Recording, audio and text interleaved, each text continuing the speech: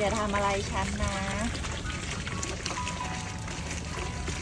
พี่ขอดูเธอหน่อยนะเธอตัวใหญ่มากเลยอ่ะเธอ